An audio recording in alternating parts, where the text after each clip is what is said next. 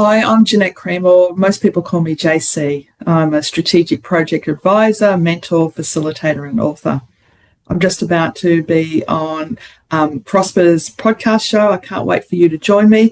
What we'll be sharing is my journey, how I went from farm girl to project professional, and share with you some of the warning signs that you actually need to look for when you're exploring projects, which is people, process, and technology, because it's not linear, it's cyclic, it's an ecosystem. Hope you can join us.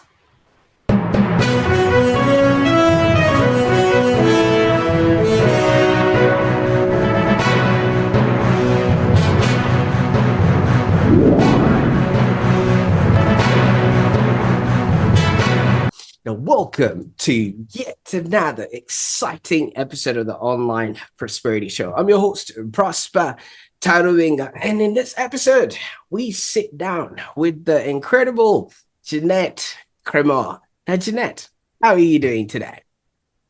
It's great. I'm here in Melbourne, Australia, and although the sun's out, it's a very chilly day, and so I'm bunkering in the home office today. Absolutely. Well, you see, the thing about Melbourne is we don't talk about the weather in Melbourne because otherwise you'd be proven to be a liar. Because if you look outside, it might be sunny and everything else. By the time I say hello, it's probably raining and it's belting itself there. So. Yeah. Now, for those that are tuning into the Online Prosperity Show, don't worry, this is not the weather channel, but I've got a question for you. Have you ever been in a project where you just felt like you're heading cats while you maybe juggling bowling pins?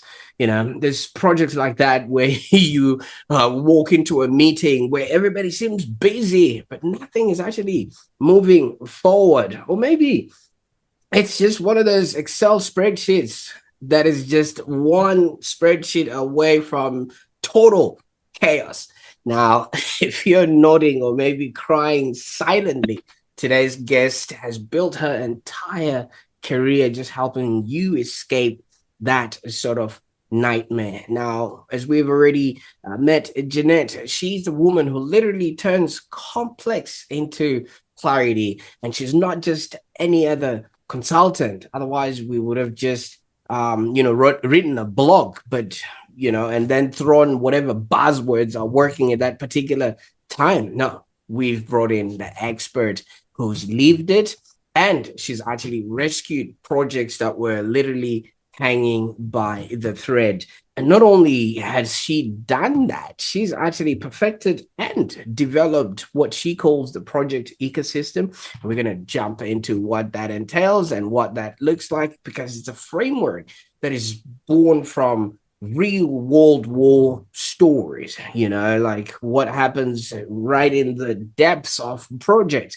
And this has been through countless hours of interviews and an instinct to just see what others simply cannot see. And this all emanated from somebody who grew up on a farm in country Queensland, where before she would go to school, the chores she was doing was just called life. But for some other people, that was an actual work activity. And we're going to find out she also became a sugar chemist along the way. And pretty much from then on, she rise through the ranks and government roles. And she now advises leaders and organizations on how to navigate complex change with confidence. So I think her journey is none other than a masterclass in curiosity, resilience, and real leadership, which she now distills in her Excel in Your Role mentoring program that we're going to be talking about. And she's written a book,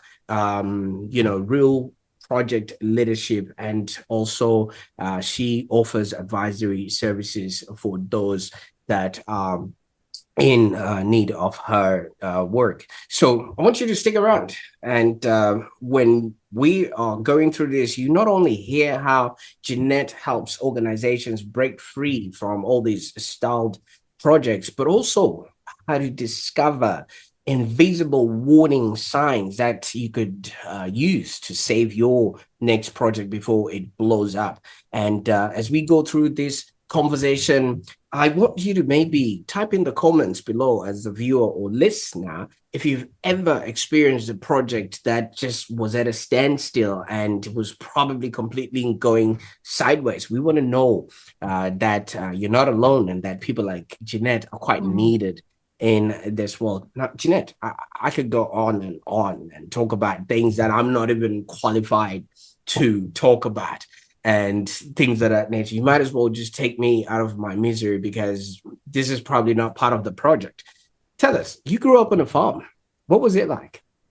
Yeah, I actually did. I think when I reflect back, I think that was probably the foundation for me to know what teamwork really was. And because working on a farm, we all have a role to play. My mum and dad, they did the hard yards, but then my brother and I, we had to do the chores around the house to make it a more effective way of living. So they relied on us to go to school and before school, after school, do the jobs. Then they'd come back from up the farm and we'd have a family meal together, but then we would off and do our own thing. So for me, growing up the farm was adventurous and at times dangerous because lots of brown snakes in Queensland on the farm. I can remember my German Shepherd barking so loud and warning me to stay away from the shed, and it was because there was a brown snake where I would normally go and get the chicken feed, and he stopped me from going into the shed to protect me. So even back then, my beautiful golden shepherd dog prevented me from being bitten. But I learned to drive a tractor at the age of 8 to help Dad, put irrigation pipes out on the crops. And so for me, it was about teamwork. And my grandfather had a cane farm, and that's what got me interested in sugar. And you mentioned I became a sugar chemist, and I think that was always, how did Granddad, when I went and visited Granddad's farm, how did we work on the farm? And then there was cane fires, and then there was brown sugar on our table. How did that evolve, and how did that come? So I always kept asking Granddad questions about why and how. And he said, "Girlie, one day you'll work this out." And I did. But yeah, so that for me was growing up, was teamwork, learning, and also, navigating danger. Absolutely. And thank you so much for opening us up with that alone, because I'm just picturing an 8-year-old on a tractor and, big tires on the side. Yeah. Not even, obviously, you'd already started fighting with danger in terms of the brown snakes and things of that nature. Now, Jeanette, I have a 10-year-old that I can't even get to eat her own breakfast, and it's to help her survive. You know what I mean? At that age, did that not feel like your parents were being too much for you, or was that just, what felt normal around? I think it felt normal. I didn't know any different. Like when you're living on a farm, all what you have are your neighbours, and they're also farmers, everything from growing crops to cattle. And all we knew was fun on the farm. Like if we wanted to hang out with our neighbours' friends, we would just pack up and we'd have to drive. There was no walking because the farms are so far apart. It's only a 5-minute drive, but hop in the back of the ute, take some supplies, and we'd all just have a barbecue at someone's house, get together. We'd be running around on our, riding bikes, riding horses, climbing haystacks, going down to get yabbies in the dam. It was always just fun on the farm with friends, and I didn't know any different. And so when I was talking to them, they had the same thing. They had chores before and after school, so I didn't know any different.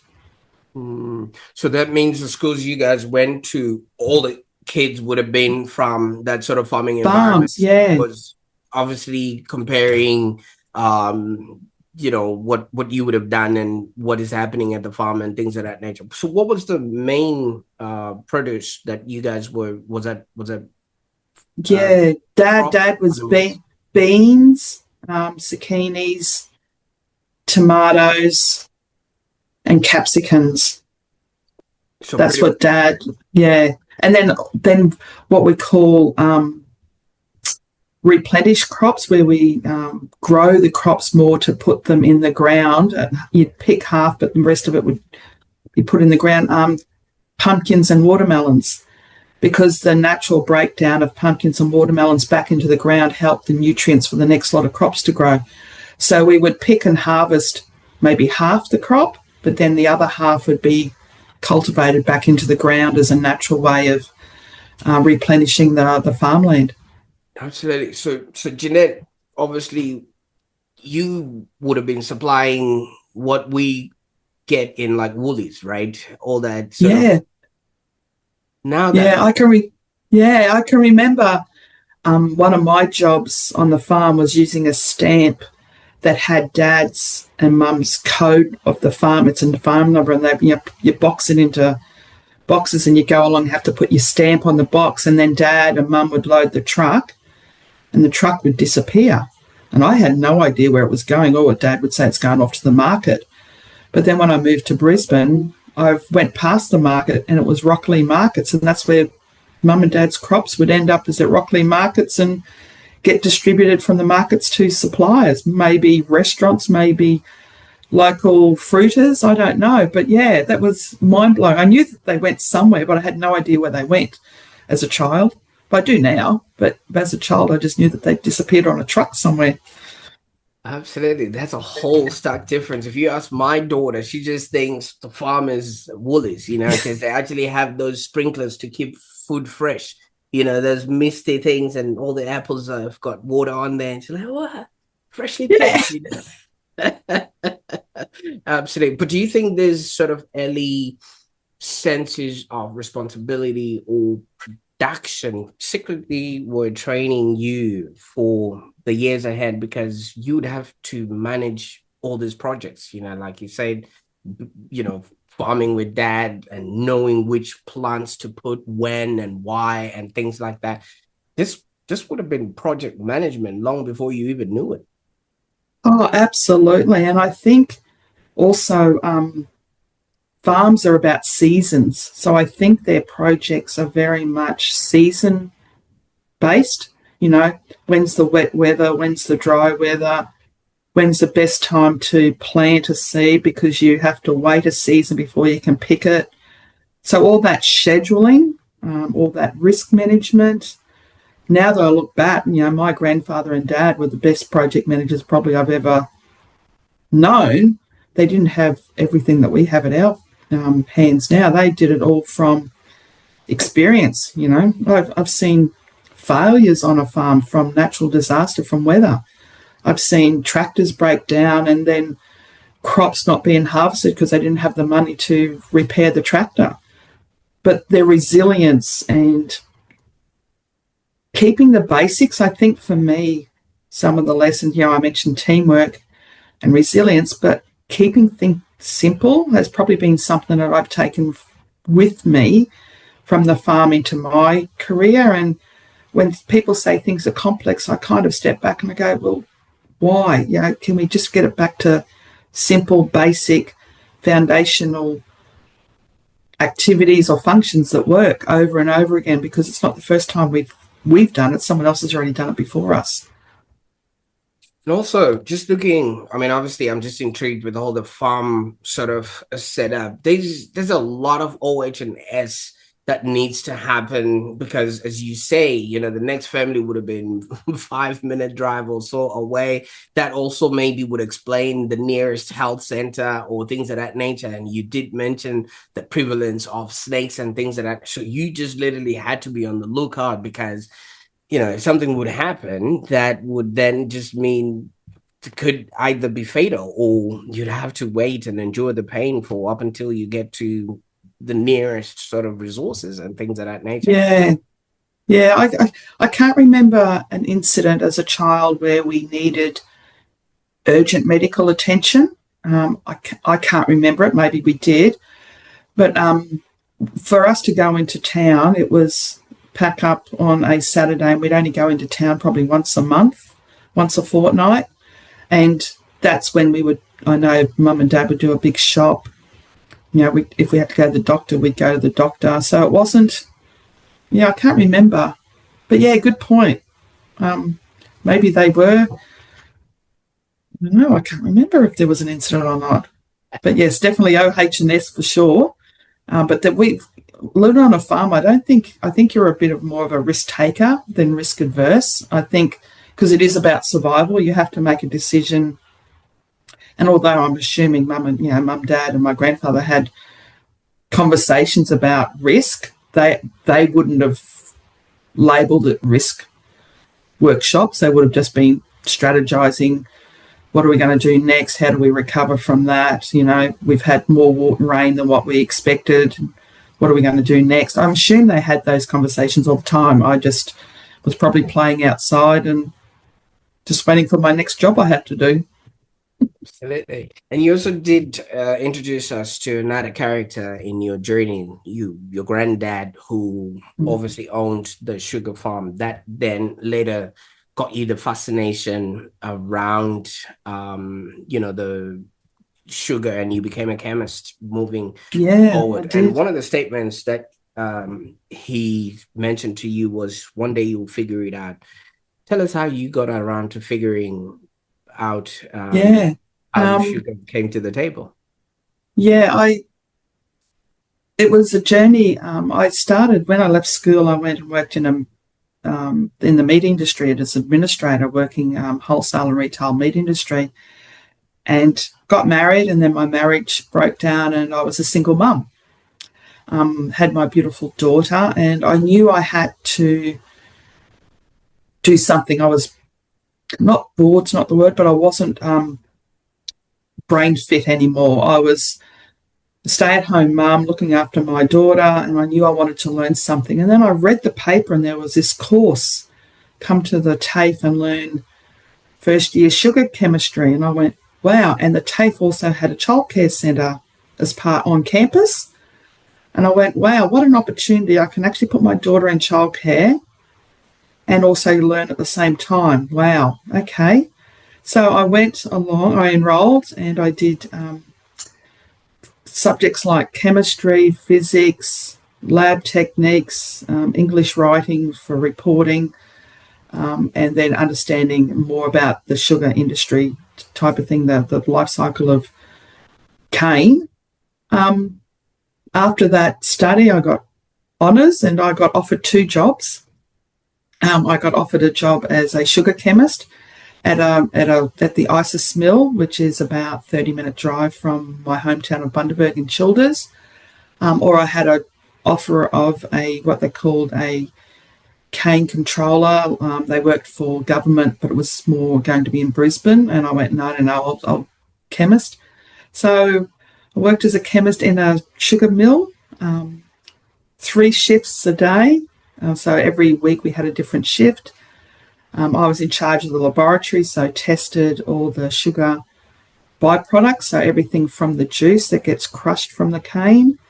The cane that gets crushed is what left behind is called bagasse, which is the fibres. So some people might see it now bagged up as cane mulch in Bunnings, and they put it on their garden.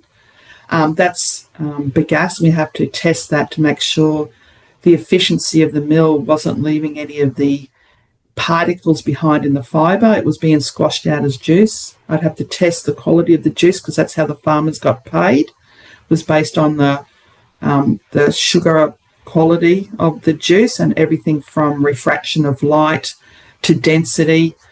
And then I tested the process of the mill, so things like the wash water that ended up in the dam, making sure that we weren't washing sugar out into the dam function.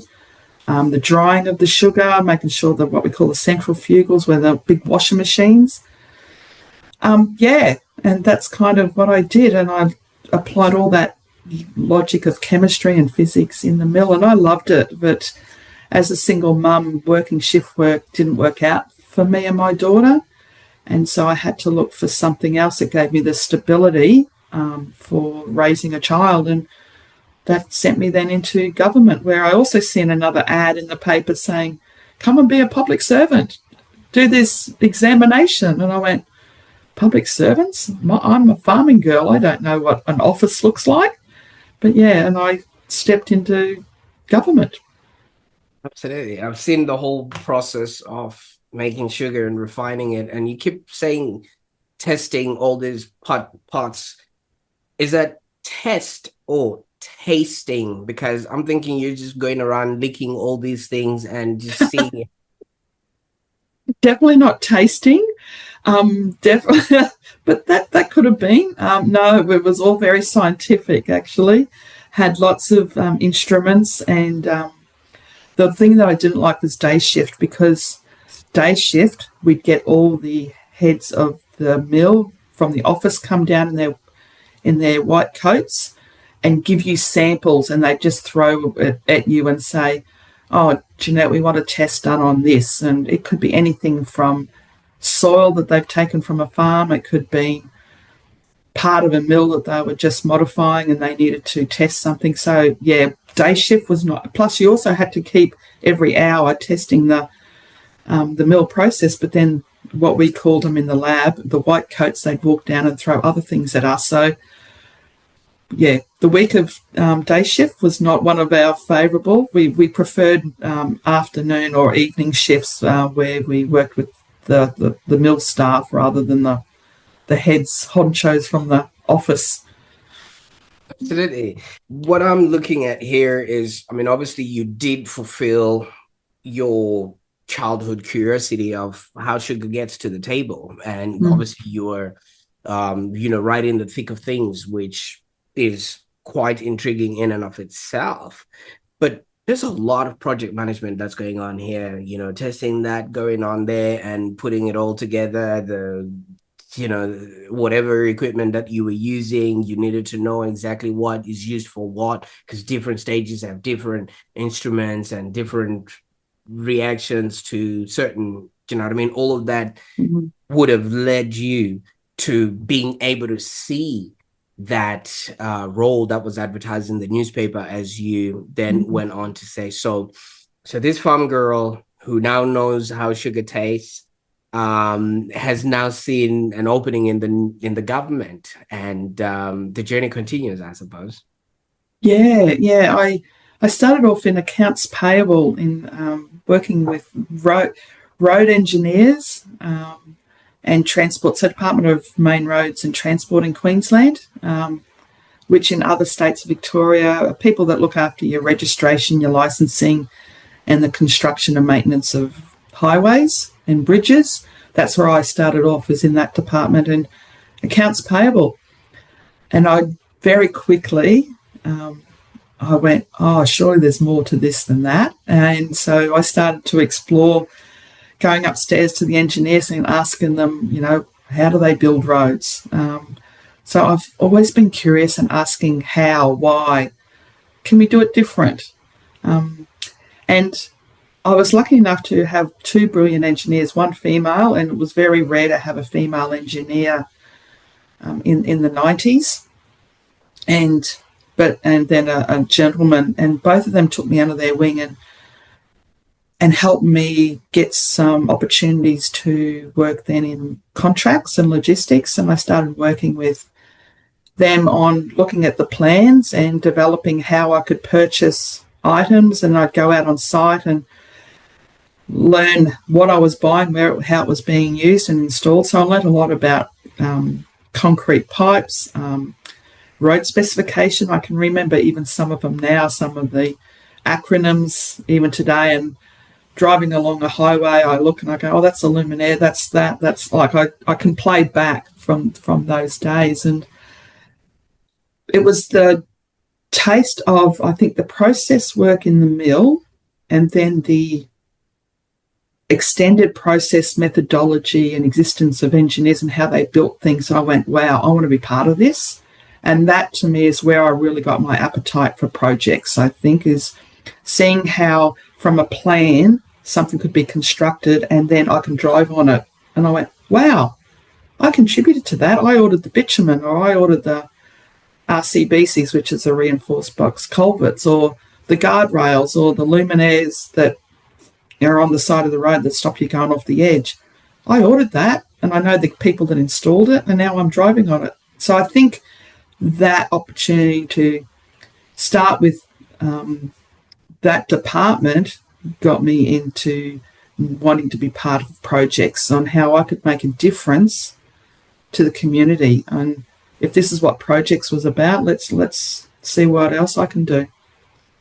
Absolutely. I quite like that. But, you know, from somebody who came from the sugar industry to then go into roads, Jeanette, I need you to be honest with us. Are you the lady responsible for the lollipops that the people keep turning? I used to pay their wages. Because Yes, and you're right. I used yeah, to pay their wages. So absolutely. their timesheets would come in on a fax machine when I was in accounts payable area, and I was doing a lot of the data entry.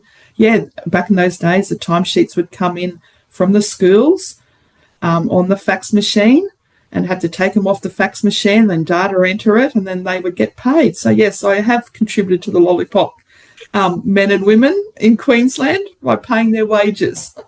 Absolutely, because there's a whole sugar theme to it, you know. They absolutely, and obviously, what I like about what you've just said is, you know, you realizing the whole process and the contribution that you're making. Obviously, we could start from the farm to Woolies.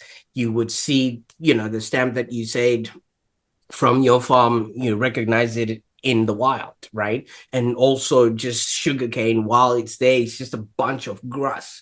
But when you then see it as a lollipop, it's a whole different process, and each process needs some sort of project management. And the fact that you would say be a part of the construction of a road from start to finish, and you'd be like, I ordered that and I put that all together. It must be a great feeling to know that the work that you're doing has real world, effects and consequences. Yeah, and I think that's why I like projects more than operations. I think operations is, the grassroots of any business. They're keeping the lights on, they're keeping things turning over. Without them, we wouldn't be able to create and deliver new things and continually improve. But I'm in the project space. I'm curious. I like to put things together. I like to work with people. I like to navigate change. Although, I'm sometimes like, change. But when it's, when I'm helping others, that's kind of where I get excited. So from that, working in Transport Main Roads in that corporate services area, I was talking to a lady in Brisbane and I was complaining about why we got pallets of all these Telstra bills delivered to our office to make payments. Surely we could have it in a spreadsheet or something. Why do I have to troll through all these papers? And she had a throwaway comment one day, well, come to Brisbane and fix it. And I said, I will. Anyway, I didn't know at the time, but a couple of months later, an opportunity came up for a role in Brisbane to work in IT, in logistics, and solve these problems that I was complaining about. And I applied and got the job.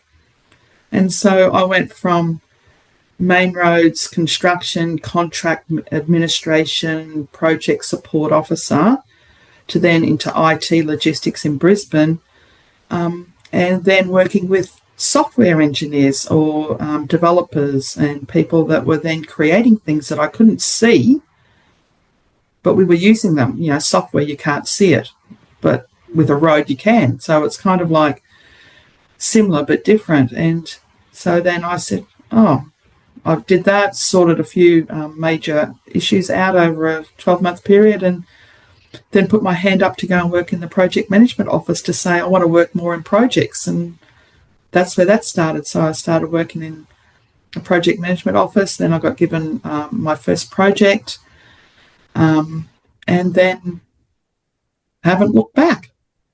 Absolutely. No, and thank you so much for obviously showcasing to us, the path that you took. But in all these things that you have done, it's a complete change or real 180 from the stuff that you're doing. I mean, from chicken feed to software. that is just miles away in not only in, difference in what the inputs and the outputs, but in the actual distance. You kept going further and further away from the farm if you really. Yeah, I did. And that is sort of really outside of your depth, because you introduced us to an 8-year-old that was already on a tractor, and that alone just really showcases the margins of where you're going. Some people would be reeling or rolling in imposter syndrome by then. Did that ever? Oh, have you not met Martha? Martha sits on my shoulder and she tells me many days that I'm not good enough or worthy. Oh, do we have a conversation? So my imposter syndrome, I call her Martha because I acknowledge her. She can really go to town some days and I believe her, and other days I push back and I say, go away, Martha, I don't need you today. So yes, I think anyone that wants to have a growth mindset will have imposter syndrome because they've never done things before. So people that want to stay in the comfort of what they do today, thank you, I honour you. And my ex-husband's one of those people. He just loved working on the farm and would never want to do anything else. And I thank him for that. But for people like myself who are curious, we've got a growth mindset, we want to contribute, yes, we will have imposter syndrome.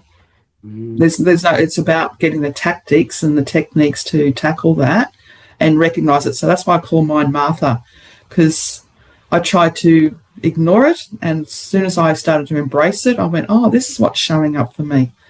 And as soon as Martha and I have a conversation, it helps. So yeah, I agree. Imposter syndrome is for those that have a growth mindset. Absolutely. But you've obviously tamed Martha, because if you can't tame it, if you don't name it, you can't tame it. And I'm really excited that Martha knows her place and things like that. So you've gone on and obviously created things that then solidify your presence within this realm. And for those that are not aware, you've got the registered trademark of the project ecosystem, which basically is a framework. But first of all, what inspired you to build this framework, and how is it any different to what you came across within these spaces? Because you came into these worlds, but then you came in and created your own. Now you've got it registered.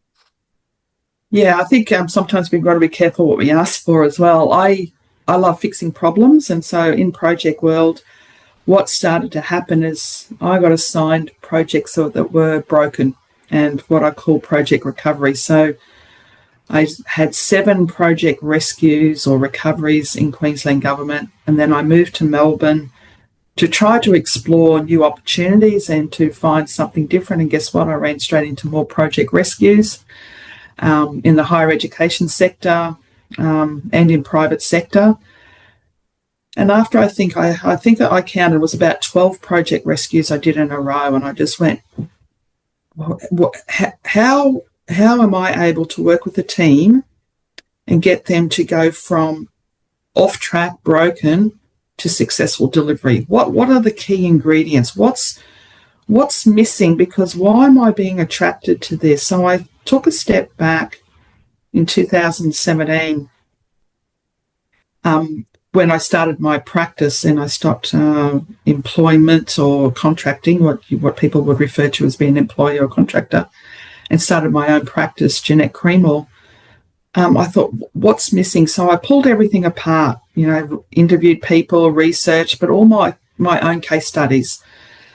And what it was, the project ecosystem I have is 15 components, from strategy to operations. So we go strategy, projects, operations.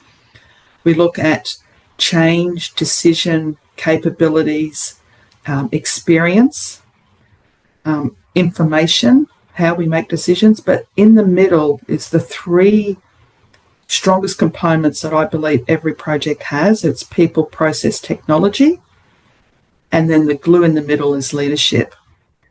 And I mean project leadership, not business leadership. I'm not a business coach by way means. I wouldn't know how to grow a business, or I know I'm trying myself, but for me, project leadership is my thing. And so when I look at this framework, the project ecosystem, I can help people understand where they are and what they should be looking out for that could come and bite them soon, or I can help them understand the warning signs that something might be off track that they weren't aware of. Because I believe it's a cyclic thing, it's not linear. And so the project ecosystem I built with the 15 components is the framework that's integrated and cyclic, not linear. And I use it every day, even in my own practice. So that's what it is. It's about an ecosystem, not one strategy, one outcome. It's how does it all interact? If we take our eyes off, say, collaboration, what does it mean for our operations? Because we're building this project and we're making change, but our operational teams have to support it when the project disbands and is no longer funded. So if we're not collaborating with our operations team, it's going to fall over because the experience of our customer is not going to be great. So all of a sudden now you've got then that linking back into strategy to say, hang on, why do we have customer complaints? Well, because that's why I did it. It's a learning business integration framework for projects and change. I love that. And one thing I love about this process in and of itself is how you actually integrate, people, process, and technology. And if we really look at your journey, people have been integral in your upbringing, the family unit that you had, the granddad that, pulled you and inspired you to want more, be more, and have more. And also the people that you go and barbecue with. And it's obviously very different people. And by the time you moved into the city and all of that stuff, it's just meeting different people that would not have grown up in the way that you did. And the whole process of putting all of that together, the whole sugar refinery bit in and of itself is a whole different world that somebody would just really end their career at that. But no, you went on and studied technology and things of that nature. And now you've literally bundled it all together, like a nice little bow, and you're handing it off to people. But so many people don't quite see when they're in the thick of things that maybe things are stalling or whatnot. And then you obviously come in with that process there. Now, let's say a project leader is watching right now, and maybe they're in the middle of a project and something just kind of feels off, but they can't pinpoint where the thing is. Is it people? Is it processes? Is it the technology? What are some of the invisible warning signs that they should look out for and maybe call you for when they can't figure it out themselves? Yeah, great question. And for me, trust your instinct is actually probably the first thing, because when you're in tune with your instinct, and your instinct saying, hang on, this isn't feeling right, something's not going right, I don't know what, there's a couple of things to look out for. So if it's people, warning signs will be things like they're not committing to showing up when you've asked them to show up. So there might be rescheduling a meeting. They might not be accepting a meeting. They might be running late and consistently running late. Oh yeah, I'll be there in 10 minutes, but every time you want to catch up with them, they're always 10 minutes late. There's behaviours with our people and everything, all of our stakeholders, no matter if they're senior executives, the receptionist, our customer, they will all have behaviours that will help us know what's important for them and what's not important. So attending, not attending meetings, showing up consistently late, then they're not participating in conversations, they're making excuses around not being able to do something by the due date. So there's a lot of behavioural signs if we look at the people part. For process, there's some process signs that you can look for. So things where it takes us longer than what we think it should. That's a process issue. It's not necessarily a people issue, it's a process issue. So if we think something should get approved in 3 days and it's taking 3 weeks, That's a process issue. So anything in delays of getting things delivered when you think they should be delivered. Process would be when you're seeing a fair bit of rework, you're thinking, hang on, didn't we solve that issue last week? Why are we back there again? So when you see issues repeating themselves, that's a process issue. Or for technology, warning signs, it could be things like they're not committing to a date, and that's because the process is broken down and we haven't given them the requirements, or they actually don't really know themselves and not being vulnerable enough to help with us. But that's still about people and process. When I talk technology warning signs, it's not about the behaviour of the people that support our technology or the process to enable the technology. Technology warning signs will look more things like things break unexpectedly. When we're testing, there's more issues than what we thought. Technology warning signs would be this is being built and not integrated with something else. Hang on, now I've got to log in 3 times, where I used to only have to log in once. So all of a sudden we're becoming more disconnected with the way that we work rather than integrated. So there's heaps and heaps of warning signs, and I've got, probably thousands if I documented them all. But it's also, I think, experience. I come from a lens of many, many different projects, so I can see things that other people, and I've been told by my project teams that I've worked with, I have an ability or a magic or something that I can see invisible dots. Apparently I can see things that other people can't.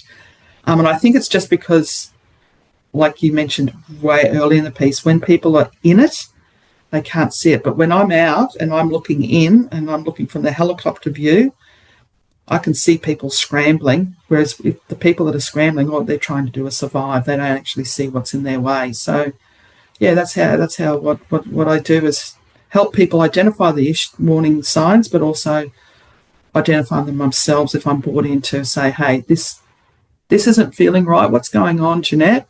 Can you help us identify where we're not quite right? So, yeah, they're the 3. You know what this makes me think of, Jeanette? I don't know if you've watched in the movies, there's always that time when everybody's sitting in the boardroom, they're at their wits' end, nobody knows what the next, thing would be. And then just from the corner of the room, an intern comes in and then slides in a business card, and then the CEO looks at it and then says, JeanetteCremor, send a chopper. You're like the send a chopper girl, right? That people send a chopper. Yes. Come in, from wherever you are. Miss JeanetteCremor, your country needs you. And then you go in and then you go and fix everything that was wrong with that project. Now, for those that are in that boardroom situation, wits end, they don't know what to do, where can they send the chopper to on the internet to find you? Yeah, I have my own website, JeanetteCremor.com.au. On LinkedIn is probably where I hang out the most. I'm posting there 3 times a week. So you can direct message me through LinkedIn. That's probably the best way, or call me.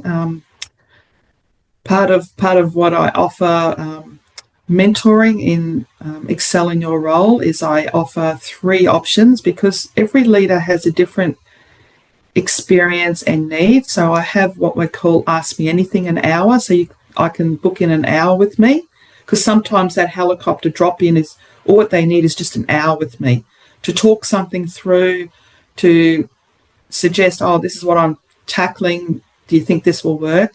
So I offer Ask Me Anything in an hour. Spend a day with me or spend 3 to 12 months with me. And that's kind of helping the project leader navigate their environment, because 1, they could be new in the organisation, 2, they could be new in the role, or 3, they're a project professional and they've done this hundreds of times, but it's just not working now. Why? What's wrong? So that's why I offer the 3 mentoring options, because everyone's got a different need depending on where they are in their journey as a project leader. Absolutely. Definitely. I'll put all those links in the show notes. And yeah, you'll be able to help all those projects that are seemingly stalled. Have you ever been driving in Melbourne and then you're like, oh, this guy's still working on this? So I'll probably just be dropping your business card in every project that I come across. You never know. Maybe they just need that one hour with you there. Now, obviously, I can't thank you enough for the time that we spent on the call today. Your life story really sings and, matches everything that you're doing right now. And half of all the things that you have done, the whole technology side of things, the people side of things, the whole process and the project management has all been a theme in your journey so far. Now, if you could maybe go back and sit with that younger Jeanette who was on a tractor, at age 8, and just thinking, oh, I don't know what I'm going to be doing with my future, what would you tell her, knowing who you've become and what you've done with your life so far? Yeah, great question. I've actually written a letter to that 8-year-old girl. I've actually sat down and wrote a letter to her and thanked her. Thanked her for her bravery. I've thanked her for her resilience. And I've also thanked her that she had a curiosity appetite that helped her ask the right questions to explore life. And I thanked her for being scared. And I also thanked her that she appreciated life as simple. And now I hang on to those with me, and I say, that's why I say, when we look at things that are complex, there's actually simple underneath. Let's peel back the layers and embrace the simple, because the simple works every time. So that's why I thank her. And I did write a letter probably 3 years ago. I wrote a letter to her as part of my own growth and looking back on things and saying, wow, where have I come and where do I still want to go? And resilience, curiosity, and gratitude were the 3 that came up over and over time. Absolutely, absolutely. And congratulations. You're right. The whole curiosity is what got you to respond to all those newspaper cuttings. Some people would have just looked at it and be like, that's not for me, and that's not it. And the resilience of you showing up in places that were in and out of your depth, and just the real leadership of not only have you done this, for other people in governments or in all these other spaces, you've actually started and you're running your own business. But in the interest of curiosity and all things, possible, what's next? What are you working on right now that we can be all excited about? And now that you brought us into your world? What I'm working on next, I'm working on a couple of things. In July, I'm launching the Project Leaders Table. It'll be a safe space for 12 project leaders to get together with me once a month over dinner, just to connect, collaborate, share. That's something new coming in July. Coming in a couple of years, I think I'm still on the journey, but the Project Ecosystem Academy. I'm looking to have a learning academy for the next generation of project leaders. And yeah, that's still happening. I'm not fast pacing that. I'm taking it slow because I really want to make it what's needed. Of course, no matter how much AI is in our life, we still need to be able to be good project leaders, because that's the technology that's going to enable us to be better people and deliver better results. But yeah, so that's kind of in the pipeline. The Project Ecosystem Academy. I haven't really said that out loud before. Oh my gosh, Prosper, what have you done to me? Well, on that note, we might as well conclude this episode. Otherwise, we might go into state secrets and everything else that you've been a part of. And but Jeanette, I can't thank you enough for the time that you spent with us on the call today. I mean, your life story, your experience, and just the management of it all really is something that a lot of people can learn from. And not only can they just learn from watching this sort of episode, they can read your books. And now you're also sending the elevator down, helping the future generations to be, do, and have happy projects out there. So I can't thank you enough for your contribution. Thank you so much for having me. It's been a pleasure. Absolutely. Now, for those that are watching right now, wow, if you've ever felt stuck maybe in the complexity of today's projects or things that you're supposed to be doing or tackling, first take a deep breath. Don't drown in task overload. You just reach out to Jeanette and she would be the one person that could help you out of that, because Jeanette has just shown us that complex projects are not doomed. They just need leadership that sees the invisible, which she possesses in spades, and she can then join the dots, as she says, and takes real ownership. Now, I know in Australia, everybody just goes, oh, she'll be all right, mate. But nah, I don't think so. There's ways around. If you are drowning in complexity, it's probably because you're not seeing the forest for the actual trees that are in there. So maybe you can check out excel in your role mentoring and also the project ecosystem that we've just outlined. And these are practical frameworks that aren't just theory, they're lifelines. And for anyone who's managing a high stakes delivery, obviously your reputation or your own little Martha depends on it. Okay. So if today's episode spoke to you, please don't keep it to yourself. Maybe tag a colleague who's drowning in projects. Oh, you're working in a project and the project managers seem to be stuck somewhere. Just slide this to their DMs or send them an email with this video. They might actually get the resolve that they are looking for, and you could either save the project or save your job. And maybe share this episode with somebody who just needs clarity, not only at work but maybe in life right now, because as you've heard and seen with Jeanette's journey, nothing is a straight line. You can only you cannot connect the dots looking forwards. You can always connect the dots looking backwards. And if you notice, everything seems to be project managed in a way that only Jeanette could have managed to deliver. And while you're at it, just hit the subscribe button so you do not miss out on any of this exclusive content that we have on the online prosperity show. But until then, remember, whatever you say, like I always say, will be used against you on TikTok. So we'll see you on another episode of the online prosperity show. Bye for now.